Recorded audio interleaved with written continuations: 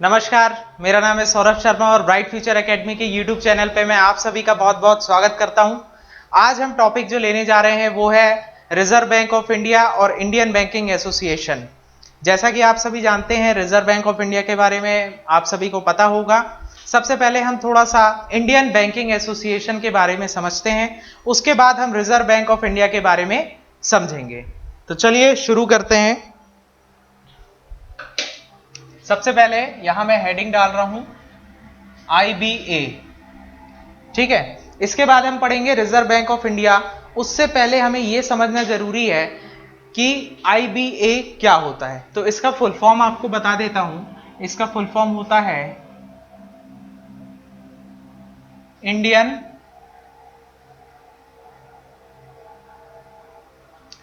Banking association. Indian banking association, ठीक है। अब देखिए, नाम से आपको स्पष्ट है कि ये कहीं ना कहीं बैंकों का एसोसिएशन है, मतलब कि बैंकों का संगठन है। तो सही बात बोल रहे हैं, समझ में आ रही है आपको पूरी, कि ये भारत में जितने भी बैंकिंग इंस्टीट्यूट और फाइनेंशियल इंस्टीट्यूशन वर्क कर रहे हैं आज की डेट में, जिनकी संख्या है 237। भारत में आज की डेट में 237 फाइनेंशियल इंस्टीट्यूशन, मतलब कि वित्तीय संस्थान और बैंक इस संगठन में जुड़े हुए हैं। मतलब कि ये पूरा ग्रुप है भारत में वर्क करने वाले बैंकों और फाइनेंशियल इंस्टीट्यूशन का, जिनकी संख्या आज की डेट में कितनी है? 237। ये नंबर चेंज हो सकता है, किसी नए बैंक ने लाइसेंस लिया उसके बाद इस संगठन में शामिल हो गया तो ये नंबर बढ़ जाएगा। किसी का लाइसेंस कैंसिल हो गया, बैंक बंद हो गया, तो इसकी संख्या कम हो सकती है, ठीक है। अभी मैंने एक वर्ड यूज किया, banking, bank and financial institution. तो बैंक तो आप सभी को पता है कि बैंक क्या होते हैं, लेकिन बैंक को हम हिंदी में बोलते हैं अधिकोष।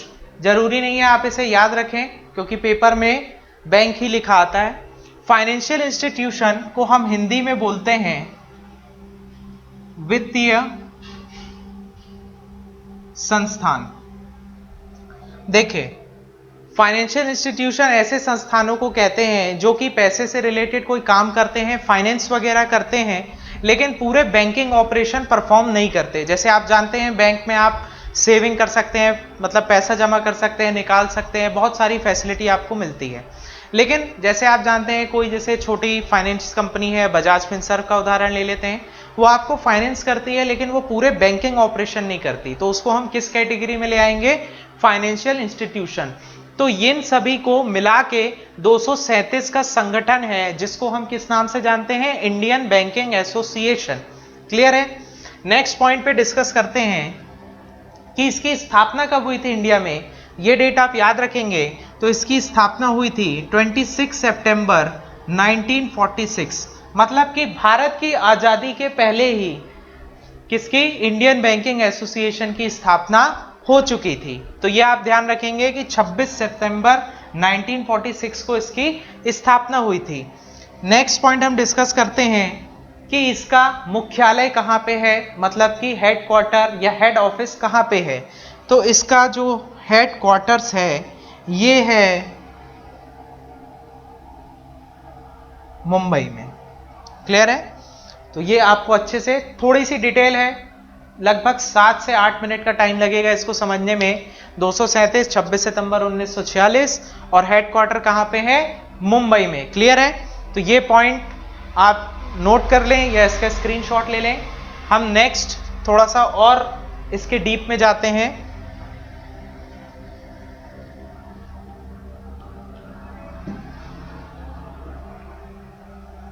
अब ये हमने समझ लिया ये संगठन है, तो संगठन करेगा क्या?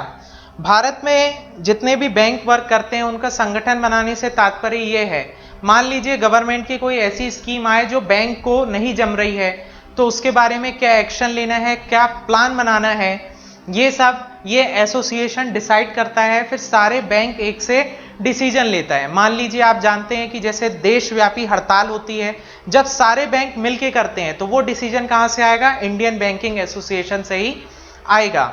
ये तो बात हुई, मैंने थोड़ा सा हड़ताल के विषय में करी, लेकिन सबसे अच्छा इसका जो काम है वो है डेवलपमेंट, मतलब कि विकास। अब विकास किसका? जो भी बैंकिंग ऑपरेशन है इंडिया के अंदर, जो भी बैंकिंग ऑपरेशन है उसमें मान लीजिए कोई इन्होंने डिस्कस किया कि कोई फॉरेन में अच्छी पॉलिसी चल रही है बैंकिंग को लेके, कोई अच्छी प्रैक्टिस चल रही है, तो उसे हमें अपनाना चाहिए। तो क्या होगा, इनकी मीटिंग होगी, ये डिसीजन लेंगे कि भारत में सारे बैंकों में हमें ये प्रोसीजर लागू करना चाहिए। तो मतलब बैंक का साथ साथ विकास, डेवलपमेंट सुनिश्चित करना। एक एग्जाम्पल की बात करते हैं, जैसे आप जानते हैं भारत में एटीएम आया, अब सारे बैंकों में एटीएम लगने लगे, तो ये क्या हुआ, डेवलपमेंट हुआ। कैश डिपॉजिट मशीन आई, सारे बैंकों में कैश डिपॉजिट मशीन आ गई, मतलब कि नई टेक्नोलॉजी को अडॉप्ट करना, नए प्रोसीजर को अडॉप्ट करना, कुछ भी ऐसा सारे बैंकों में करवाना होगा तो पहले फैसला लिया जाता है आईबीए के माध्यम से। एक और इनका बहुत अच्छा काम है कोऑपरेशन। कोऑपरेशन आप सभी जानते हैं, मतलब कि परस्परतावाद से, सहकारिता से सारे बैंकों को साथ में लेके चलना, मतलब कोऑपरेटिव वर्क जिसे कहते हैं। सारे बैंक अपने बिजनेस अलग अलग ही देखेंगे, लेकिन सबको कोऑपरेटिव रूप में उनका साथ में विकास सुनिश्चित करना, कोऑपरेशन सुनिश्चित करना किसका काम है? आईबीए का। क्लियर है? तो ये इनके मुख्य काम हो गए, जिसमें आता है आपका डेवलपमेंट और कोऑपरेशन। इसमें आप लिख सकते हैं बैंकिंग सिस्टम डेवलपमेंट। क्लियर है? अब इसका हम स्ट्रक्चर की बात करते हैं। स्ट्रक्चर मतलब कि इसकी संरचना कैसी है, इसकी संरचना कैसी है, तो बिल्कुल आप क्लियर रखेंगे। इसमें 31 बोर्ड ऑफ डायरेक्टर्स होते हैं, 31 बोर्ड ऑफ डायरेक्टर होते हैं, जिन्हें हिंदी में हम कहते हैं निदेशक मंडल। बोर्ड ऑफ डायरेक्टर, यही कॉमन वर्ड आपने सुना है, लेकिन हिंदी में इसे हम क्या कहते हैं? निदेशक मंडल। 31 होते हैं। इसको यदि हम देखें तो 31 में सबसे पहले एक जो आपके होंगे वो होंगे चेयरमैन। एक कौन होंगे आपके? चेयरमैन। दूसरा हम अगर डिस्कस करें तो इसमें 3 डेप्यूटी चेयरमैन होते हैं, डेप्यूटी चेयरमैन होते हैं, और एक इसमें होते हैं सचिव, मतलब कि सेक्रेटरी, इनको क्या बोलेंगे? सचिव। क्लियर है? तो एक होते हैं चेयरमैन, 3 होते हैं डेप्यूटी चेयरमैन और एक होते हैं सेक्रेटरी। टोटल मैंने कितने बताया? 31 बोर्ड ऑफ डायरेक्टर। ये हो गए आपके 5, मतलब कि जो 26 हैं वो आपके बोर्ड ऑफ डायरेक्टर्स के क्या कहलाएंगे? मतलब वो सारे क्या है? Board of directors. Board of directors इसमें से सभी कहलाएंगे, लेकिन 5 लोगों को कुछ ना कुछ हमने पद दिया है, चेयरमैन, डेप्यूटी चेयरमैन और सेक्रेटरी, और बाकी 26 क्या है? आपके नॉर्मल बोर्ड ऑफ डायरेक्टर्स के मेंबर हैं। ये इसका स्ट्रक्चर होता है। क्लियर है? तो आईबीए क्या है? 237 बैंकिंग इंस्टीट्यूशन और फाइनेंशियल इंस्टीट्यूशन का संगठन है। भारत में वर्क कर रहे बैंकों का साथ में डेवलपमेंट और कोऑपरेशन सुनिश्चित करता है। उसके अलावा इनका स्ट्रक्चर क्या है? 31 बोर्ड ऑफ डायरेक्टर, जिसकी स्थापना हुई थी 26 सितंबर 1946 भारत की आजादी से पहले, और इसका मुख्यालय कहां पे है? मुंबई में। इतना आप नोट करेंगे। फिर हम इसके कुछ इंपॉर्टेंट जो नाम हैं, चेयरमैन, डेप्टी चेयरमैन और सेक्रेटरी के नाम लिख लेते हैं। नोट करेंगे इसको या इसका स्क्रीनशॉट ले लेंगे। चलिए,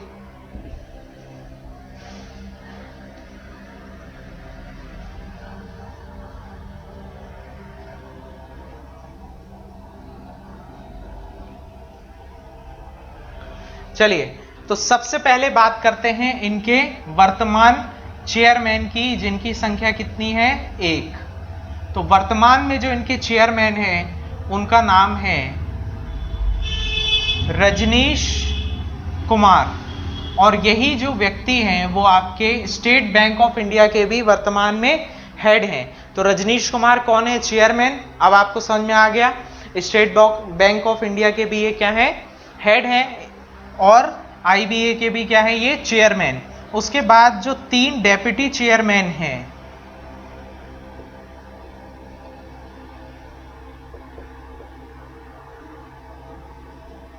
इसमें सबसे पहला नाम आता है मल्लिकार्जुन राव।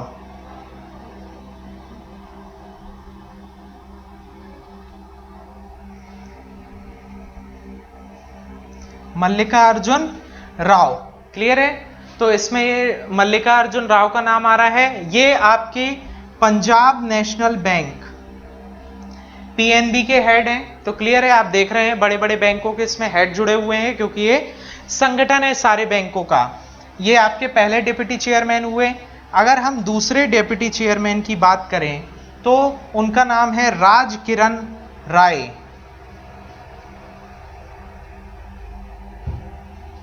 राजकिरण राय ये हैं आपके यूनियन बैंक ऑफ इंडिया से। कहां से हैं? यूनियन बैंक ऑफ इंडिया से। तो मल्लिकार्जुन राव आपके पंजाब नेशनल बैंक से हो गए। रजनीश कुमार आपके कहां से हो गए? एसबीआई से। उसके बाद एक और आपके डिप्टी चेयरमैन आएंगे, ये इनका नाम है माधव कल्याण। ये है आपके JP Morgan and Chase bank. JP Morgan and Chase bank जो है ये क्या है? आपका फॉरेन बैंक है। क्लियर है। तो मल्लिकार्जुन राव, सबसे इंपॉर्टेंट नाम आपका क्या है चेयरमैन का, जो कि कौन है? रजनीश कुमार। कहां से हैं ये? State bank of India. दूसरा नाम मल्लिकार्जुन राव, कहां से है ये? पंजाब नेशनल बैंक से। और राजकिरण राय कहां से है? यूनियन बैंक ऑफ इंडिया से। और माधव कल्याण कहां से है? JP Morgan and Chase bank से। उसके बाद बात करते हैं इनके सेक्रेटरी की, यानी कि जो सचिव हैं, इनका नाम है मिस्टर राकेश शर्मा। ये हैं आपके आईडीबीआई बैंक से।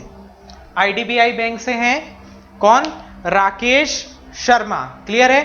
तो इतना ही हमको डिस्कस करना था इंडियन बैंकिंग एसोसिएशन में। आई होप आपको पूरा इसका कंसेप्ट क्लियर हुआ होगा। 26 सितंबर 1946 को स्थापना हुई। 237 बैंक एंड फाइनेंशियल इंस्टीट्यूशन इसमें जुड़े हुए हैं। चेयरमैन कितने होते हैं? एक। 3 डेप्यूटी चेयरमैन होते हैं और एक क्या होता है? सचिव। उसके अलावा मैंने क्या डिस्कस किया? कोऑपरेशन और कौन सी मेथडोलॉजी या फिर टेक्नोलॉजी हमें बैंकिंग सिस्टम में अडॉप्ट करनी है, इसके बारे में हमें जानकारी इसमें मिलती है। और ये कुछ इसमें इंपॉर्टेंट नाम, इसको आप लिख लेंगे।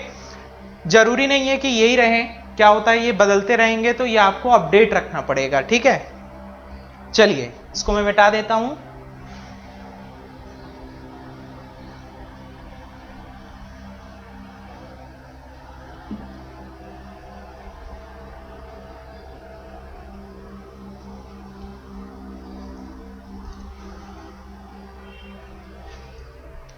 ठीक है, लिख लीजिए इसको। जब हम बात करते हैं बैंक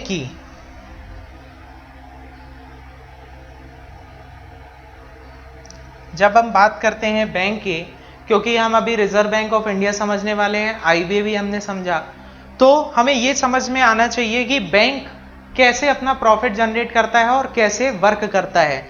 आप सभी जानते हैं कि जो कस्टमर होता है, यहां पे मेरा कस्टमर से तात्पर्य है बैंक का कस्टमर, वो क्या करता है? बैंक में क्या करता है? डिपॉजिट करता है अपनी मनी। क्या करता है? डिपॉजिट करता है। बैंक इस पैसे का उपयोग करके जो फर्म होती है इसको क्या देता है? लोन। ठीक है, तो बैंक कस्टमर का पैसा उपयोग करता है फर्म को लोन देने के लिए। इसके बदले में इसको फर्म से वापस जब पैसा मिलता है तो इंटरेस्ट के साथ मिलता है। और आप सभी जानते हैं कि बैंक जब लोन देता है तो उसका इंटरेस्ट रेट कितना होता है? 10 से 12%। ठीक है, और कस्टमर बैंक में पैसा क्यों जमा करेगा? क्योंकि उसको उसकी सेविंग में इंटरेस्ट भी मिलता है। तो जब कस्टमर को इंटरेस्ट रिटर्न मिलेगा तो वो कितना मिलता है? 3 से 4%। सेविंग अकाउंट में आप पैसा रखते हैं तो इतना ही इंटरेस्ट आपको बैंक देता है। तो आप देख रहे हैं इसमें अच्छा खासा गैप है परसेंटेज में। तो इसके और इसके बीच में जो भी पैसा बचेगा उसमें से पूरे खर्चे काट के जितना बच गया वो क्या कहलाएगा? प्रॉफिट।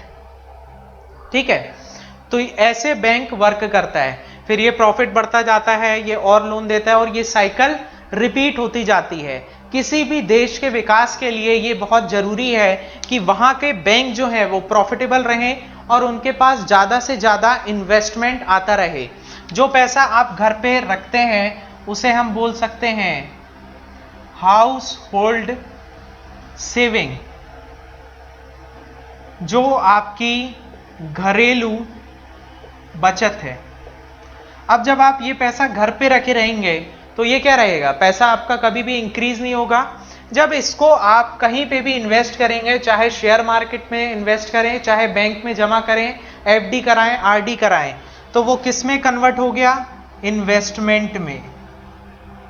और जब ये पैसा इकोनॉमी में आएगा तो देश के विकास में योगदान देगा, क्योंकि आप पैसा बैंक में जमा करेंगे तो ये लोन जाएगा और इससे क्या है? साइकिल हमारी चलने लगेगी। अन्यथा ये घर पे ही रखा रहेगा तो उसका फायदा इकोनॉमी के साइकिल में हम उस समय तो नहीं ले पाएंगे। ठीक है, आगे आपको समझ में आएगा कि इससे कैसे फ्लो जनरेट होता है। क्लियर है? आई होप आपको ये साइकिल समझ में आया होगा। ये तो बहुत सिंपल सी बात है।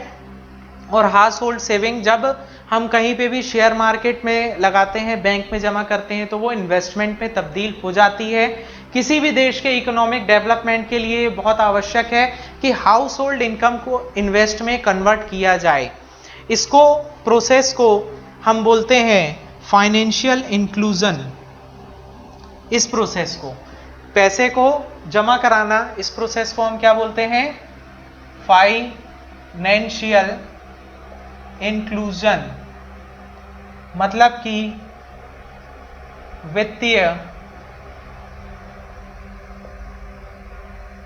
वित्तीय समावेशन। और हमेशा गवर्नमेंट का ये लक्ष्य रहता है कि ज्यादा से ज्यादा लोगों को बैंकिंग सुविधाएं उपलब्ध कराई जाएं। इसीलिए आपने देखा सरकार ने जनधन खाते भी खुलवाए, क्योंकि ज्यादा से ज्यादा हम चाहते हैं कि हम लोगों को बैंकिंग सुविधाएं दें। बैंकिंग सुविधाएं के अंतर्गत बहुत सारी चीजें आती हैं, जैसे कि डिपॉजिट, इंश्योरेंस प्रदान करना, उसके अलावा एफडी, आरडी, बहुत सारी चीजें आपकी बैंकिंग ऑपरेशन के अंतर्गत आती हैं। तो जितने ज्यादा लोग बैंक से जुड़ेंगे उतना हमारे इकोनॉमी में फ्लो जनरेट होगा। इसीलिए हम चाहते हैं भारत में ज्यादा से ज्यादा लोगों के खाते हों, जिससे कहीं ना कहीं हाउस होल्ड इनकम किस में कन्वर्ट हो सके? इन्वेस्टमेंट में कन्वर्ट हो सके और देश में फाइनेंशियल इंक्लूजन को बढ़ावा मिल सके। क्लियर है? अच्छे से आपको ये चीज क्लियर हो गई होगी। चलिए, ये तो समझने के लिए था। अभी आगे भी ये मॉडल आएगा, इसमें बहुत सारी चीजें आपको, गवर्नमेंट का रोल और सीआरआर क्या होता है, ये एसएलआर क्या होता है, सारी चीजें आपको अभी समझ में आएंगी। अब हम डिस्कस करने जा रहे हैं रिजर्व बैंक ऑफ इंडिया। इसको आप नोट कर लीजिए। चलिए, ये आपने नोट कर लिया। अब हम चर्चा करेंगे रिजर्व बैंक ऑफ इंडिया के बारे में, मतलब कि भारतीय रिजर्व बैंक के बारे में अब हम चर्चा करने जा रहे हैं। ये जो आपने पूरा सिस्टम देखा, इसको कंट्रोल करने के लिए ये इन्वेस्टमेंट आपकी कहां पे हो रही है? बैंक में। ठीक है, अब ये जो पूरा सिस्टम है, इसके लिए नियम कानून बनाना, बैंकों को नियम कायदे के अंदर रखना, साथ ही साथ बैंकों को रेगुलेट करना, मतलब कि एक प्रकार से नियंत्रित करना, नियंत्रण स्थापित करना, ये काम है किसका? रिजर्व बैंक ऑफ इंडिया का। मतलब आप कह सकते हैं इसको इसीलिए कहा जाता है कि ये बैंकों का बैंक है। बैंकों का बैंक है कौन? Reserve bank of India. ये क्या करता है? सबसे मुख्य काम इसका होता है मॉनेटरी पॉलिसी बनाना, मतलब कि मौद्रिक नीति का निर्माण करना। ये जो मौद्रिक नीति होती है, इस पे डिपेंड करता है कि महंगाई कितनी बढ़ेगी या महंगाई कितनी घटेगी। ये जो मॉनेटरी पॉलिसी रहती है, रिजर्व बैंक का सबसे मुख्य काम होता है। साथ ही साथ आप अच्छे से जानते होंगे, बैंक में यदि कोई अच्छे से आपका काम नहीं कर रहा तो बैंकिंग लोकपाल की भी शुरुआत की गई है। आप कंप्लेन कर सकते हैं, जहां पे रिजर्व बैंक ऑफ इंडिया जो अथॉरिटी होती है आपको न्याय दिलाती है। क्लियर है? उसके अलावा लोगों के साथ जो ऑनलाइन फ्रॉड होते हैं, अभी आप देख रहे हैं टीवी में ऐड चल रहा है कि ऑनलाइन अगर कुछ फ्रॉड हुआ है तो 2-3 दिन के अंदर आप इन्फॉर्म करें तो आपका पैसा बच जाएगा। ये सब कौन करता है? Reserve bank of India. लोगों को अवेयर करने के लिए एड कैंपेन चलाए जा रहे हैं, सचेत पोर्टल बनाए गए हैं। ये सारे काम कौन करता है? Reserve bank of India. मतलब कि भारत की पूरी बैंकिंग प्रणाली पे नियंत्रण बना के रखना किसका काम है? रिजर्व बैंक ऑफ इंडिया का। तो चलिए इसको मैं हटाता हूं, इसके बारे में अब हम डिस्कस करना फर्दर चालू करते हैं।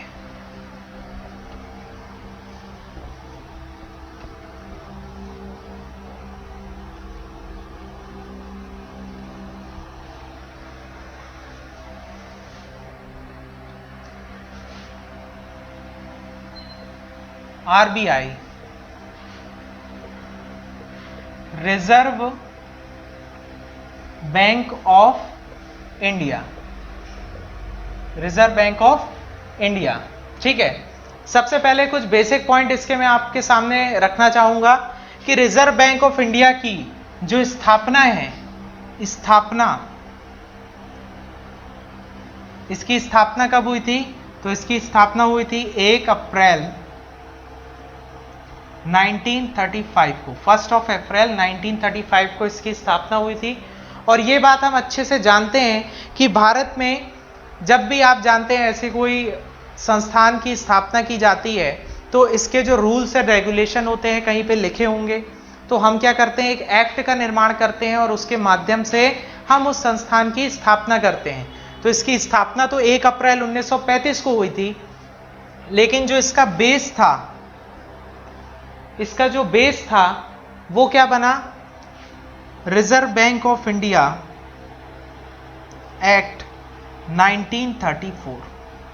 Reserve bank of India act आया था 1934 में, जो इसकी स्थापना का क्या बनता है?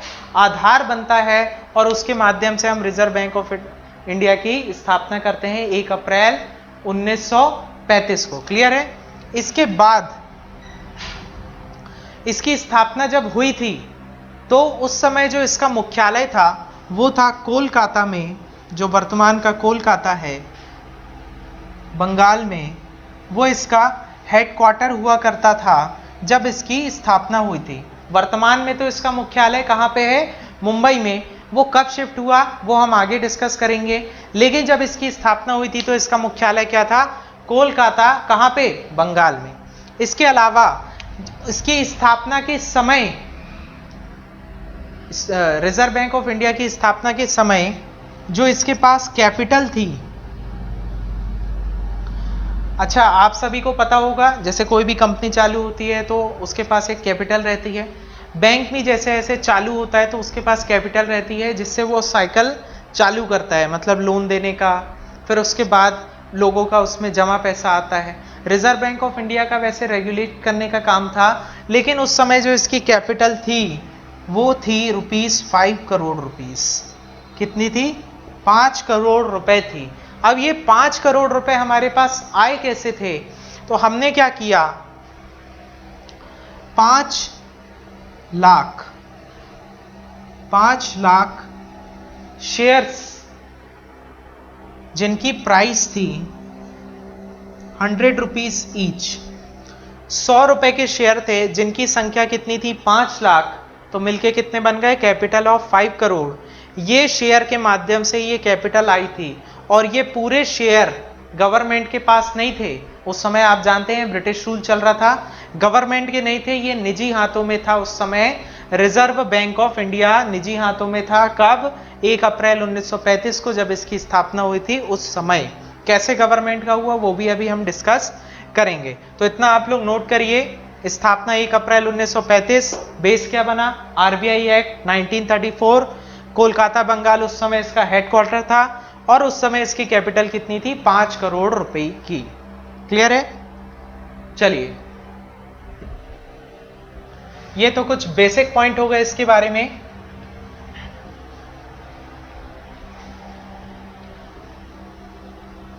जैसा कि मैंने बताया कि बैंकों का बैंक कौन है? Reserve bank of India.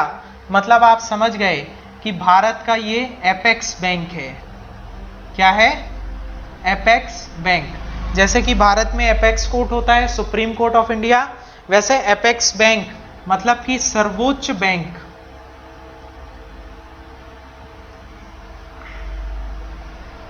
कौन है? आरबीआई। और इसका सबसे इंपॉर्टेंट काम जो मैंने आपको बताया वो क्या है? बैंकों को रेगुलेट करना, मतलब कि उनके रेगुलेशन का काम, एक प्रकार से कह सकते हैं नियंत्रण का काम है। मतलब ये ऐसी पॉलिसी, जैसे मान लीजिए आप जानते हैं कि बैंकों पे कई कैपिंग लगाई जाती है। जैसे आप जानते हैं प्रधानमंत्री रोजगार योजना आई, तो उसमें पॉलिसी दी जाती है, बैंकों को टारगेट दिया जाता है कि आप प्रधानमंत्री स्वरोजगार योजना के अंतर्गत जितना लोन आप बांटेंगे उसमें से इतना % इसके लिए रहेगा। ये सब कौन नियंत्रित करेगा कि बैंक ऐसा कर रहा है कि नहीं कर रहा? नहीं कर रहा तो फिर लाइसेंस कैंसिल करो। बाय द वे लाइसेंस भी बैंकों को देने का काम किसका है? आरबीआई का ही तो है। ठीक है, तो रेगुलेशन, नियंत्रण करना, इसको आप सेंट्रल बैंक भी कह सकते हैं। सेंट्रल बैंक मतलब कि केंद्रीय बैंक, केंद्रीय बैंक। क्लियर है?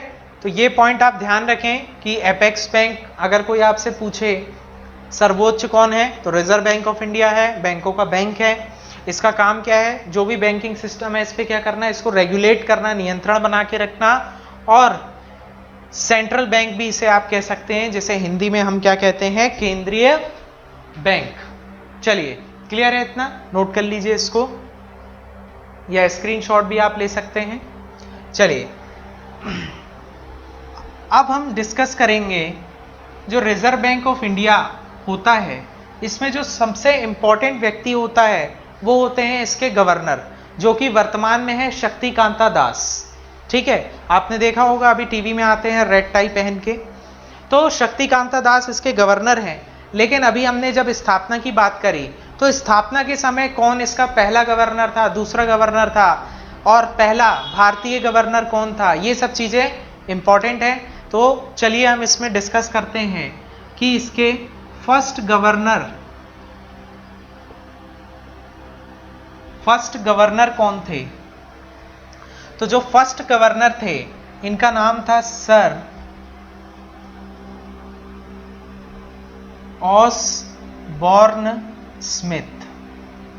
सर ऑसबॉर्न स्मिथ, इनका जो कार्यकाल था वो था 1935 से 1937 तक इनका कार्यकाल रहा। 1935 में स्थापना हुई थी। तो पहले गवर्नर का नाम क्या था? Sir Osborne Smith. बिल्कुल, ये तो कॉमन सेंस है। ये किस कंट्री के थे? ब्रिटेन के थे। भारत में ब्रिटिश रूल चल रहा था, तो पहले गवर्नर कहां से बिलोंग करते थे? ब्रिटेन से। जब हम बात करते हैं सेकंड गवर्नर की,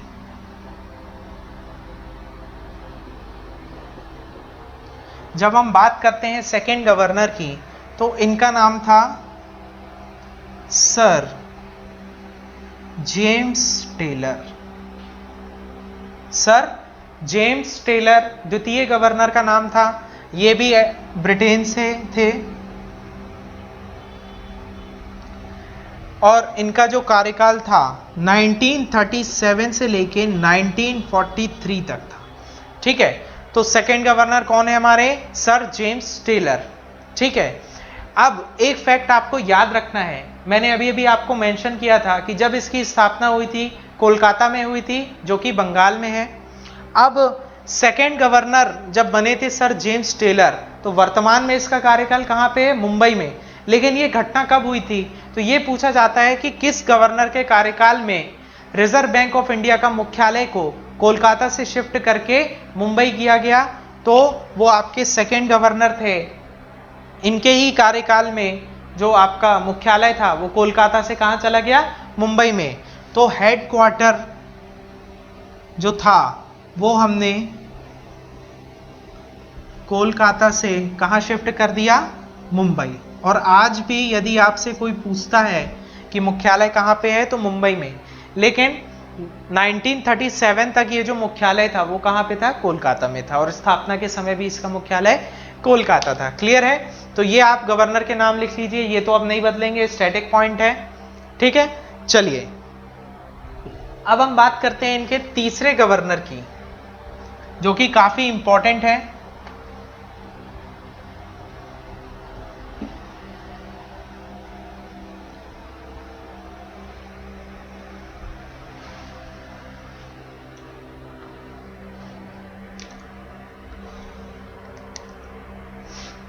थर्ड गवर्नर।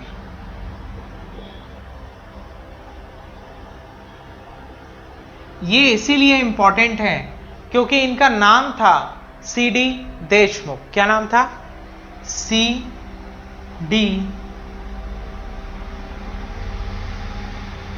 सीडी देशमुख।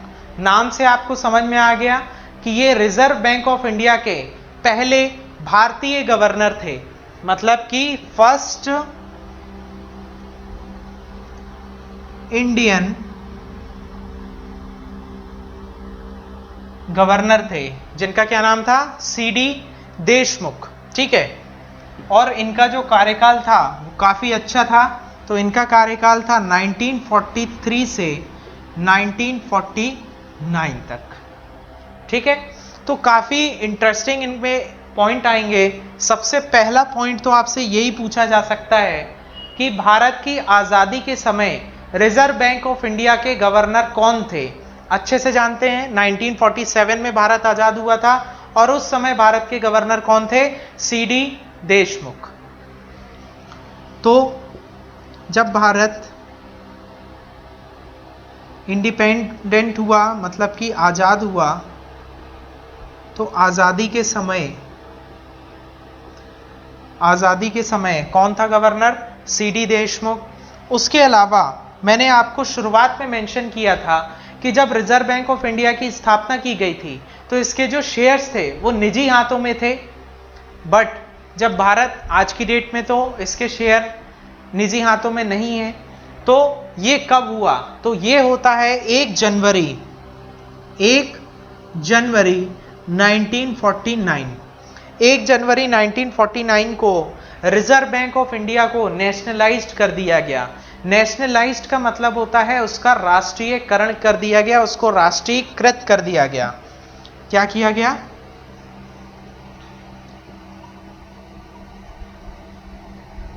ठीक है, नेशनलाइज्ड कर दिया गया मतलब उसका राष्ट्रीयकरण कब किया गया? 1 जनवरी 1949 को। यह भी पूछा जाएगा कि राष्ट्रीयकरण करते समय रिजर्व बैंक ऑफ इंडिया के गवर्नर कौन थे? तो आपका क्या जवाब होगा? श्रीमान सीडी देशमुख थे। ठीक है, तो राष्ट्रीयकरण के समय भी सीडी देशमुख ही गवर्नर हुआ करते थे। अब जब हमने राष्ट्रीयकृत किया ना, इसका मतलब क्या होता है? राष्ट्रीयकरण का मतलब क्या होगा? 100% जो शेयर्स थे, जो मैंने अभी आपको बताया 5 करोड़ की कैपिटल थी, 100% शेयर अब किसके हाथों में आ गया था? Government of India.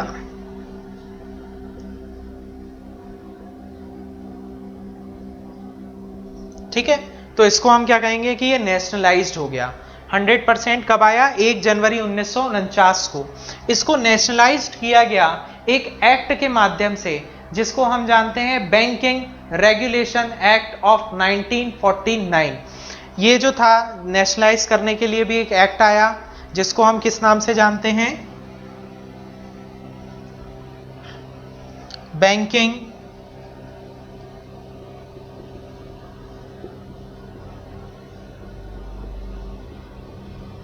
Banking regulation act of 1949। इस बैंक का ये जो एक्ट है, इसका पहले नाम हुआ करता था बैंकिंग कंपनीज एक्ट ऑफ 1949, फिर इसका नाम क्या हो गया? Banking regulation act of 1949। इसके माध्यम से रिजर्व बैंक ऑफ इंडिया को नेशनलाइज्ड कर दिया गया, उसका राष्ट्रीयकरण कर दिया गया और 100% जो शेयर्स थे। ठीक है, देखिए मैंने आपको बताया था कि प्राइवेट और पब्लिक सेक्टर में क्या अंतर होता है। प्राइवेट सेक्टर में ज्यादातर जो शेयर हैं, लगभग 50% से ज्यादा शेयर निजी हाथों में रहते हैं। इससे ज्यादा यदि गवर्नमेंट के हाथों में आ जाए तो उसको हम गवर्नमेंट की प्रॉपर्टी बोलने लगते हैं। और इस केस में जब हमने उसको राष्ट्रीयकृत किया तो 100% शेयर किसके हाथ में आ गया? गवर्नमेंट ऑफ इंडिया के हाथ में आ गया। मतलब reserve bank of India nationalise हो गया, निजी हाथों से बाहर हो गया। ठीक है, और इसका बेस क्या बना? Banking regulation act of 1949। आपसे यदि ये पूछे कि नेशनलाइजेशन के समय कौन गवर्नर था, तो भी सीडी देशमुख थे। पहला भारतीय गवर्नर कौन था? सीडी देशमुख। और इंडिपेंडेंट के समय कौन था? तो सीडी देशमुख। क्लियर है? और तीसरे गवर्नर कौन थे? तो सी डी देशमुख। इसका स्क्रीनशॉट ले लीजिए और इसको नोट कर लीजिए, ठीक है? इसको आप लोग नोट कर लीजिए, फिर अपन आगे बढ़ते हैं। चलिए, इतना आपने नोट कर लिया। अब next point reserve bank of India के बारे में हम डिस्कस करने जा रहे हैं। चलिए,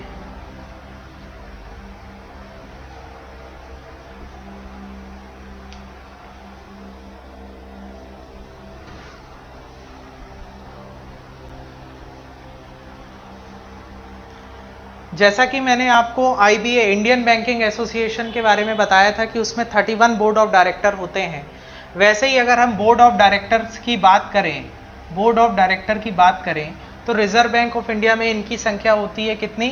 21। 21 होते हैं बोर्ड ऑफ डायरेक्टर, जिसे हम हिंदी में क्या कहते हैं? निदेशक मंडल। अब इसको यदि हम ब्रेक करेंगे तो सबसे पहले इसमें आएगा एक जो है वो है आपके गवर्नर, ठीक है? इसके बाद 4 होते हैं आपके डेप्यूटी गवर्नर,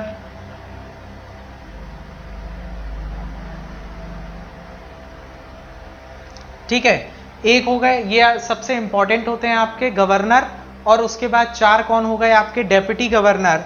फिर 4 आपके आते हैं, ये नॉर्मल डायरेक्टर रहेंगे। ये गवर्नर किस में लगेगा? जो एक गवर्नर है और 4 डेप्यूटी गवर्नर। फिर रहेंगे आपके डायरेक्टर ऑफ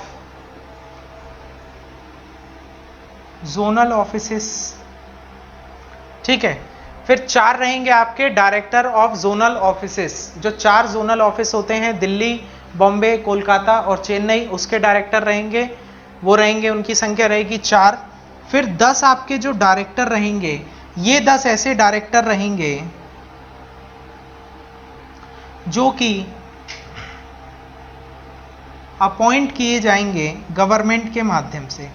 हालांकि इनको भी गवर्नमेंट के माध्यम से ही अपॉइंट किया जाता है, तो डायरेक्टर अपॉइंट बाय गवर्नमेंट। इसके बाद 2 ऐसे डायरेक्टर आएंगे जिनकी संख्या 2 होगी, जो कि अपॉइंट किए जाएंगे फाइनेंस मिनिस्ट्री,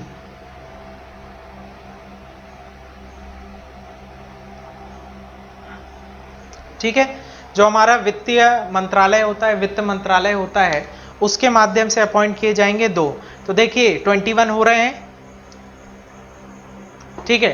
तो ये आपके बोर्ड ऑफ डायरेक्टर कितने हो गए? 21, जिसमें एक आपके गवर्नर हो गए, 4 आपके डेप्यूटी गवर्नर हो गए, 4 आपके डायरेक्टर ऑफ जोनल ऑफिसेस। इनको मतलब 4, 10 और 2 के नाम के आगे क्या आएगा? वो डायरेक्टर हैं, जबकि ये 5 के नाम के आगे क्या आएगा? गवर्नर। किसी के आगे डेप्यूटी गवर्नर और गवर्नर, गवर्नर जुड़ा हुआ है। अब बात करते हैं इनके कार्यकाल की। तो जब हम बात करते हैं गवर्नर और डेप्यूटी गवर्नर की, तो इनका जो कार्यकाल होता है, सबसे पहले यदि हम गवर्नर के बारे में बात करें, तो गवर्नर को अपॉइंट किया जाता है, appointed by government, appointed by government. दूसरा पॉइंट इसमें आप लिखेंगे कि ये पहला पॉइंट हो सकता है। दूसरा पॉइंट इसमें लिखेंगे गवर्नर गवर्नमेंट के द्वारा ही अपॉइंट किए जा रहे हैं। दूसरा पॉइंट आप लिखेंगे इनका कार्यकाल, मतलब कि टेन्योर। जो इनका कार्यकाल है, कार्यकाल जो अभी वर्तमान में आपके गवर्नर हैं, जिनका नाम है शक्तिकांता दास, वो 3 साल के लिए अपॉइंट किए गए हैं, 3 वर्ष के लिए अपॉइंट किए गए हैं। लेकिन जो इनका कार्यकाल है, मैक्सिमम कार्यकाल हो सकता है 5 वर्ष। मैक्सिमम कितना हो सकता है? 5 वर्ष। मतलब कि अभी तो हमने 3 साल के लिए अपॉइंट किया है, लेकिन इसको एक्सटेंड किया जा सकता है कहां तक?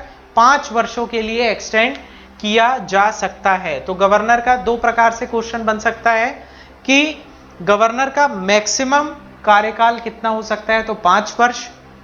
बट जो वर्तमान में गवर्नर है, उनका कार्यकाल कितना है? 3 वर्ष। इसको हम हालांकि एक्सटेंड भी कर सकते हैं। इसमें यदि हम गवर्नर की बात करें तो इनका कार्यकाल 5 वर्षों का ही रहेगा। लेकिन जब हम डायरेक्टर की बात करेंगे, कौन? डायरेक्टर, क्योंकि मैंने क्या बोला, 21 क्या है? बोर्ड ऑफ डायरेक्टर के अंतर्गत आते हैं। लेकिन इसमें से जो 5 लोग हैं ये डायरेक्टर तो हैं, उस टीम का मेंबर हैं, लेकिन साथ ही साथ ये गवर्नर और डेप्यूटी गवर्नर का पदवी रखते हैं। तो ये जो 5 स्पेशल लोग हैं इनका कार्यकाल मैक्सिमम कितना हो सकता है, 5 वर्ष, और जितनों के नाम के आगे डायरेक्टर लगा हुआ है तो इनका मैक्सिमम जो कार्यकाल है ये हो सकता है 4 वर्ष। ये ध्यान रखेंगे आप कि जो आपके डायरेक्टर जिनके नाम के आगे लगता है, जो कि गवर्नर नहीं है और 21 के अंदर हैं, उनका कार्यकाल कितना हो गया, 4 वर्ष, और बाकी जो गवर्नर हैं उनका मैक्सिमम कार्यकाल कितना हो गया, 5 वर्ष। तो गवर्नर का नाम तो आपको पता है, शक्तिकांता दास, जो कि आपके 25th गवर्नर हैं। और यदि हम डेप्यूटी गवर्नर की बात करते हैं तो ये आपके कितने हैं, 4। इसमें से अभी जो 2020 में अपॉइंट हुए हैं आगे के कार्यकाल के लिए, उनका नाम है माइकल पात्रा। तो चलिए उनके नाम थोड़ा हम डिस्कस कर लेते हैं। इतना आपने हालांकि लिख लिया होगा या इसका आप स्क्रीनशॉट ले सकते हैं। इसको मैं मिटा देता हूं, हम आगे चलते हैं।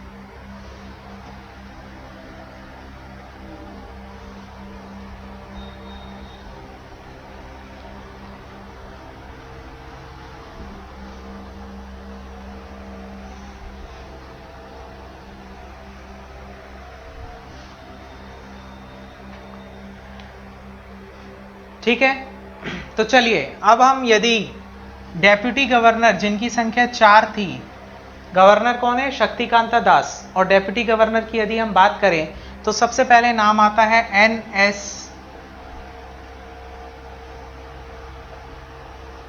विश्वनाथन का। NS विश्वनाथन का नाम आता है। दूसरा जो आपके डेप्यूटी गवर्नर है इनका नाम है BP कानून गो। क्या नाम है, BP कानून गो। तीसरे आपके जो डेप्यूटी, सॉरी मैंने शायद डायरेक्टर बोल दिया था, गवर्नर। तीसरे जो आपके डेप्यूटी गवर्नर हैं इनका नाम है MK जैन। क्या नाम है, MK जैन। फोर्थ जो मैंने आपको याद रखने को बोला, जिनकी क्या है नियुक्ति अभी अभी हुई है 2020 में, उनका क्या नाम है, माइकल पात्रा। ठीक है, तो इनकी नियुक्ति 2020 से आगे के लिए हुई है। ये थोड़ा सा इसलिए इंपॉर्टेंट हो जाता है, थोड़ा करंट का विषय। सबसे ज्यादा तो आपको क्या ध्यान रखना है कि गवर्नर कौन है, उनका नंबर कौन सा है। जैसे मैंने आपको बताया अभी गवर्नर कौन है, लिख ही देता हूं,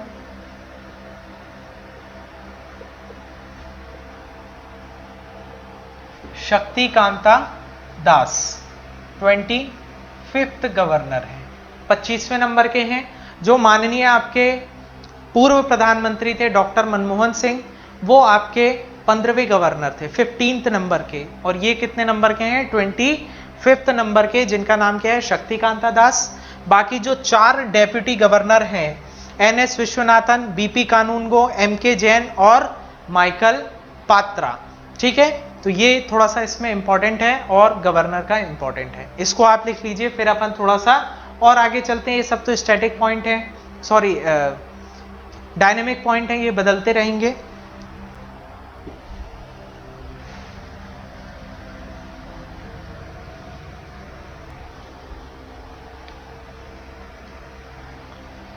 अब बात कर लेते हैं इनके ऑफिसेस की। जैसा मैंने आपको बताया 4 जोनल ऑफिस होते हैं। कहाँ कहाँ पे, दिल्ली, मुंबई, कोलकाता, चेन्नई, जो आपके टाइम जोन में आता है वो आपके जोनल ऑफिसेस हो गए। उसके अलावा आपके 20 रीजनल ऑफिस भी होते हैं और 11 सब ऑफिस भी होते हैं। तो यदि मैं बात करूं तो एक आपका क्या हो गया, हेड ऑफिस, जो कि कहाँ है, मुंबई में, और आपके 4 जोनल ऑफिसेस हैं। 4 क्या हैं, जोनल ऑफिसेस हैं, और उसके अलावा 20 आपके रीजनल ऑफिस हैं, क्षेत्रीय कार्यालय, रीजनल ऑफिसेस, और 11 आपके सब ऑफिसेस हैं। ठीक है, तो ये इनके ऑफिस की संख्या हो गई। किसके, रिजर्व बैंक ऑफ इंडिया के ऑफिसेस की संख्या हो गई। और साथ ही साथ मैंने आपको उनके गवर्नर और जो डेप्यूटी गवर्नर हैं उनकी भी जानकारी दे दी। गवर्नमेंट द्वारा अपॉइंट किए जाते हैं। 5 वर्ष मैक्सिमम कार्यकाल, कार्यालय नहीं, मतलब कार्यालय में वो कब तक रहेंगे, मैक्सिमम 5 वर्षों के लिए। और 3 वर्षों के लिए अभी जो आपके वर्तमान है उनको अपॉइंट किया गया है, लेकिन उनका कार्यकाल बढ़ाया जा सकता है, क्योंकि अधिकतम 5 वर्षों का हो सकता है और 3 वर्ष का हमने अपॉइंट किया, उसको हम एक्सटेंड कर सकते हैं 5 ईयर्स तक। ठीक है, उनके नाम मैंने आपको बता दिए। इसके अलावा आप सभी को पता होगा जो कि रिजर्व बैंक ऑफ इंडिया है, इसके क्या है अंडर में, इसकी जो पूरी रिजर्व बैंक ने क्या किया है, कुछ उसके अंडर में कंपनी आती हैं जिनका पूरा 100% ओनर कौन रहता है, रिजर्व बैंक ऑफ इंडिया। उन कंपनियों की जानकारी हमें प्राप्त करना बहुत ही जरूरी है, वो हम डिस्कस कर लेते हैं। ठीक है, कुछ अपन जल्दी जल्दी बेसिक जानकारियां डिस्कस कर रहे हैं, चलिए इसको आगे बढ़ाते हैं।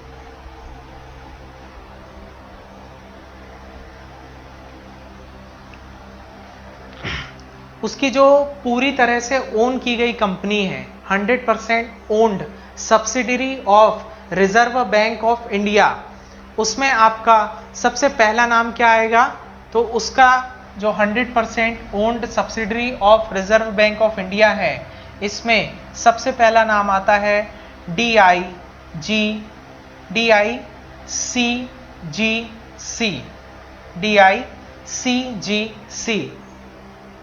Deposit insurance and credit guarantee corporation. ये इसका फुल फॉर्म है, लिख देता हूं, डिपॉजिट इंश्योरेंस एंड क्रेडिट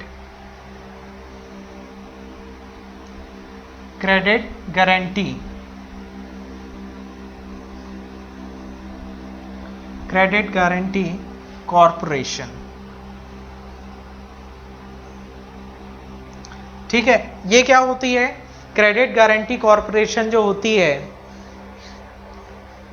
ठीक है, इसका क्या मतलब होता है गारंटी कॉरपोरेशन का। आप जानते हैं यदि हम बैंक में पैसा जमा करते हैं तो उस पैसे का इंश्योरेंस किया जाता है, जिससे कि बैंक यदि दिवालिया हो जाए तो हमारा पैसा क्या है, डूबे ना, वो पैसा हमें क्या हो, कुछ पैसा हमारे पास सेफ रहे। पहले ये जो कीमत है वो हुआ करती थी 1 लाख रुपए। यदि आपके बैंक में आपने 1 करोड़ रुपए रखे हैं और किसी कारणवश बैंक डूब गया, दिवालिया हो गया, तो आपको जो पैसा मिलता था वो कितना मिलता था, सिर्फ 1 लाख रुपए। ये लिखा भी रहता है, साफ मेंशन रहता है। लेकिन इसको बढ़ा के अब कितना कर दिया गया है, 5 लाख रुपए। मतलब किसी भी बैंक में जमा किया गया, आपके द्वारा जो जमा किया गया पैसा है 5 लाख रुपए तक हर हालत में सुरक्षित है। क्यों सुरक्षित है, क्योंकि DICGC के द्वारा उस पैसे का 5 लाख रुपए तक का इंश्योरेंस है।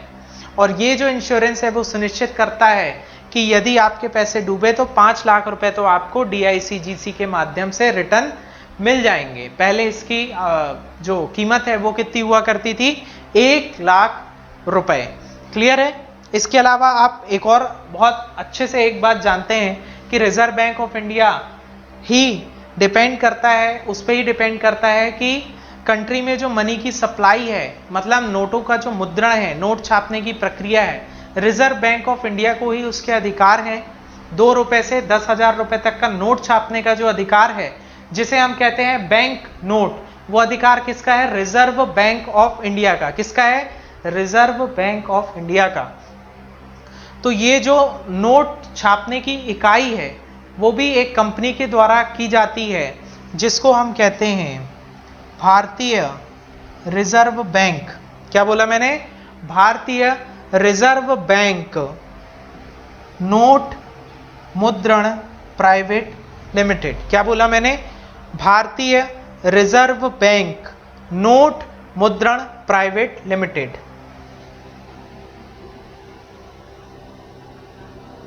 भारतीय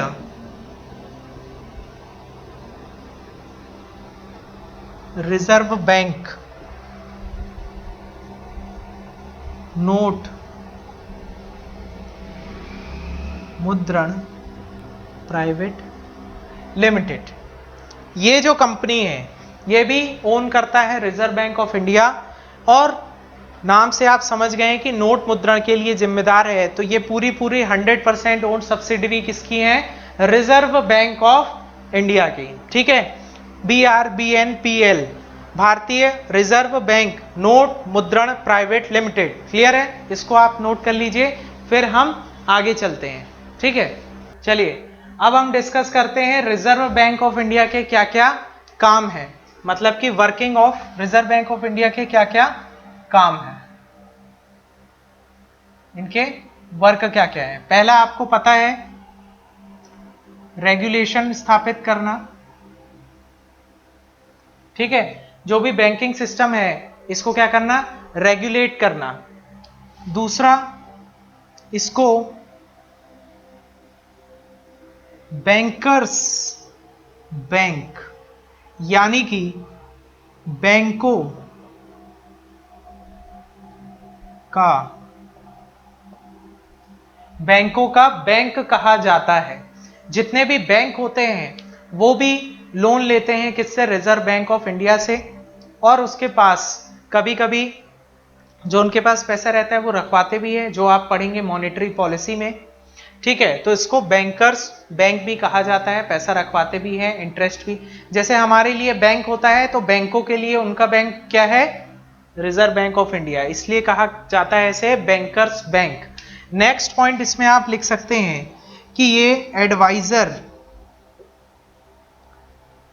देश चलाती है गवर्नमेंट और रिजर्व बैंक ऑफ इंडिया मिलकर डिसाइड करते हैं कि कैसे हम महंगाई को कंट्रोल में रखेंगे, और या फिर महंगाई कई बार बढ़ाई भी जाती है, कम भी की जाती है, उसको हम कैसे कंट्रोल में रखेंगे। तो उसके लिए ये एडवाइजर के मतलब एडवाइजर ऑफ गवर्नमेंट के रूप में कार्य करता है। साथ ही साथ एजेंट भी कहलाता है गवर्नमेंट का। गवर्नमेंट को जब पैसे की जरूरत होती है, ट्रेजरी बिल, आगे पढ़ेंगे हम क्या होता है, ट्रेजरी बिल वगैरह आप जानते हैं, उसकी जो नीलामी है रिजर्व बैंक ऑफ इंडिया ही कराता है, और वहां से गवर्नमेंट को पैसा इकट्ठा होता है।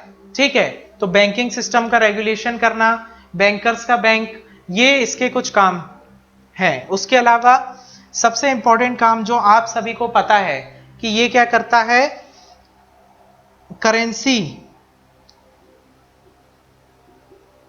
करेंसी कह सकते हैं, और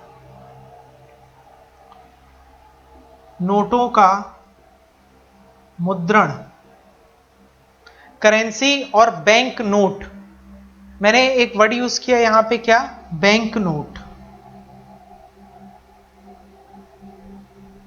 बैंक नोट, बैंक नोट मैंने इसलिए कहा क्योंकि हमारे यहां नोटों का, सारे नोटों का मुद्रण और सिक्कों का मुद्रण रिजर्व बैंक ऑफ इंडिया नहीं करता। इसमें आप ये बात बिल्कुल ध्यान रखें कि जितने भी सिक्के हैं, मतलब जितने भी कॉइन्स हैं, सारे सिक्के, ऑल कॉइन्स किसके द्वारा बनाए जाते हैं? मिंट किए जाते हैं, वो है हमारा वित्त मंत्रालय। मतलब कि सारे के सारे जो कॉइन्स हैं उस पे किसका अधिकार है? वित्त मंत्रालय का, फाइनेंस मिनिस्ट्री का। और साथ ही साथ जो 1 रुपए का नोट होगा,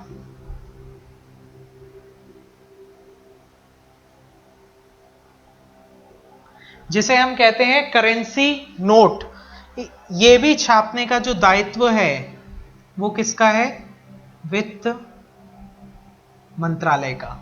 आप सभी जानते हैं जो भी नोट होते हैं, ज्यादातर 500, 1000, 2 रुपए से ऊपर के नोट, उसमें गवर्नर के साइन आते हैं, लेकिन जो 1 रुपए का नोट होता है उसमें वित्त सचिव के सिग्नेचर आते हैं।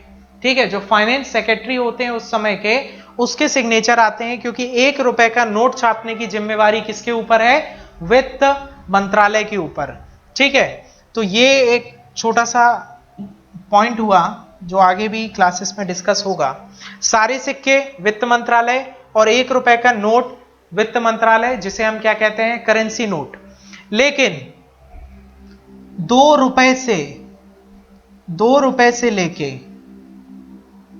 2 रुपए से लेके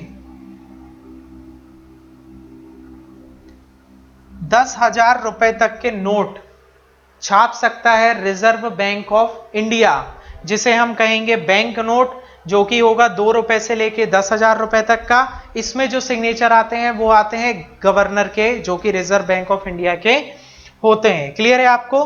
तो ये एक मुख्य काम हो गया नोटों का मुद्रण, बैंक नोट 2 रुपए से लेके 10,000 रुपए तक का। ये जो पॉइंट है, अभी वर्तमान में हमारे यहाँ 10,000 रुपए का नोट तो नहीं है, लेकिन 10,000 रुपए तक का नोट पहले हुआ करता था, फिर बंद हो गया था। और 10,000 रुपए तक का नोट छापने का जो अधिकार है रिजर्व बैंक ऑफ इंडिया को है, reserve bank of India act 1934 के माध्यम से इन्हें यह अधिकार मिला हुआ है। क्लियर है? तो लगभग हमारा ये समाप्ति की ओर आ रहा है। ये कुछ आपने कुछ काम इसके लिख लिए। साथ ही साथ मैं 2-3 बार रिपीट कर चुका हूं कि monetary policy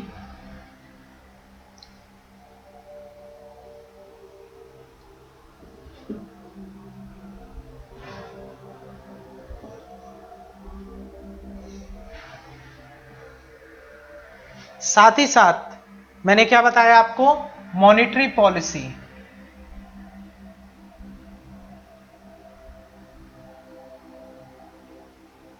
monetary and credit policy जो हम डिस्कस करेंगे आगे।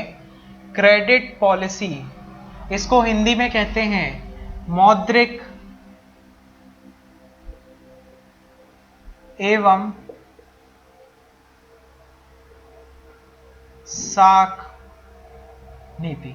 मौद्रिक एवं साख नीति, यह भी प्रिपेयर करने का काम किसका रहता है, रिजर्व बैंक ऑफ इंडिया का ही रहता है। और यही सबसे एक अलग इस पे क्लास चलेगी मॉनेटरी पॉलिसी पे, जिसमें आपका रिवर्स रेपो रेट, जितने भी आपके पॉइंट्स जो बहुत ज्यादा इंपॉर्टेंट है वो इसी के अंतर्गत आते हैं। हर 2 महीने में, मतलब कि बाई मंथली बेसिस में आरबीआई के द्वारा ये प्रिपेयर की जाती है। बहुत हद तक इस पे डिपेंड करता है कि देश में महंगाई बढ़ेगी, घटेगी, मेंटेन रहेगी। और महंगाई को बिल्कुल एक ऑप्टिमम लेवल पे चलाने के लिए मॉनेटरी पॉलिसी बहुत ही आवश्यक होती है, और जो प्रिपेयर की जाती है रिजर्व बैंक ऑफ इंडिया के माध्यम से। उसके अलावा जो हमारा फॉरेक्स रिजर्व रहता है, जिसे हम कहते हैं विदेशी भंडार, वो भी रिजर्व बैंक ऑफ इंडिया के पास रहता है। जो हमारा फॉरेक्स रिजर्व रहता है, विदेशी भंडार, आगे आप समझेंगे कि इसके अंतर्गत क्या क्या आता है। एसडीआर, गोल्ड, जो हमारे फॉरेन करेंसी रहती है, गोल्ड रहता है। एसडीआर रहता है, स्पेशल ड्राइंग राइट्स जिसे कहते हैं, जो कि आपके वर्ल्ड बैंक की करेंसी कहलाती है, वो इसके अंतर्गत आती है। ये भी रिजर्व बैंक ऑफ इंडिया के पास ही रहती है। मॉनेटरी पॉलिसी के माध्यम से मनी सप्लाई कितनी रहेगी, कितने नोट हमें छापना है, ये सब भी किसकी जवाबदारी रहेगी, रिजर्व बैंक ऑफ इंडिया की जवाबदारी रहेगी। रिजर्व बैंक ऑफ इंडिया को ही लेंडर ऑफ लास्ट रिजॉर्ट कहा जाता है। इसका मतलब होता है अंतिम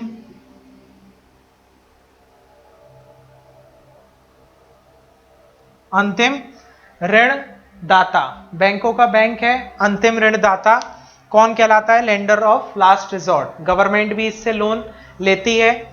2 पॉइंट और आपके छूट रहे हैं। सबसे पहला, आप सभी जानते हैं जो फाइनेंशियल ईयर रहता है, जिसे हम हिंदी में कहते हैं वित्तीय वर्ष, आप सभी को पता है, ज्यादातर लोग कहेंगे 1 अप्रैल से लेके 31 मार्च तक सारी कॉर्पोरेट्स फॉलो करती हैं, इवन गवर्नमेंट भी फॉलो करती है। बजट आप देखते हैं वित्तीय वर्ष।